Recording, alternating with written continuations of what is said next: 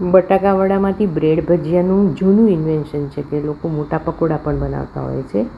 ગૃહિણીઓ વેસ્ટમાંથી best પરાક્રમ કરતી હોય છે. એ જોઈને નાસાવાળા પણ સંશોધન કરવા આવશે કે બટાકા વડાના માવામાંથી બ્રેડ ભજીયાનું ન્યુક્લિયર ફ્યુઝન કેવી રીતે થયું. તો બન્યું એવું કે બટાકા વડા બનાવતા એનો માવો વધ્યો. ગૃહિણીનું મગજ એટલે ઇનોવેશનની ફેક્ટરી. ઘરમાં નજર કરી તો બ્રેડ દેખાઈ. બસ પછી શું, મારી પાસે હું લંડનથી લાવેલી એ થોડાક મોલ્ડ હતા. એને પ્રેસ કરી બ્રેડમાં દબાવ્યા અને જુદા જુદા આકારમાં કાપી લીધા. આને ફેંકવાનું નથી, એના બ્રેડ ક્રમ્પ્સ પણ તમે બનાવી શકો છો.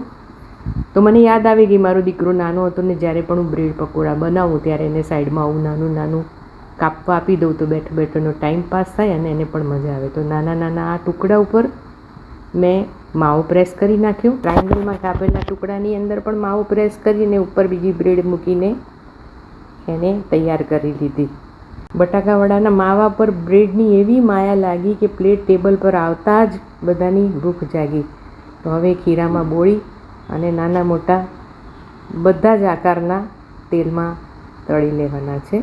તો સ્વાદના રસિયાઓ, બટાકાના માવા અને બ્રેડના સંગમને નમન કરો અને બનાવવા માટે થઈ જાઓ તૈયાર. કોણે કોણે બનાવી છે આ પ્લેટ મને કોમેન્ટમાં ખાસ લખજો. બ્રેડ પર માવો ચોપડતા જેટલી વાર લાગી એનાથી અડધી સેકન્ડ લાઈક, સબસ્ક્રાઈબને ફોલો કરતા લાગશે. હો ભાઈ, આવા દેશી જુગાડ અને રોજ નવા નવા નાસ્તા જોવા હોય તો લાઈકનું, શેરનું બટન દબાવો ને સબસ્ક્રાઈબ કરો.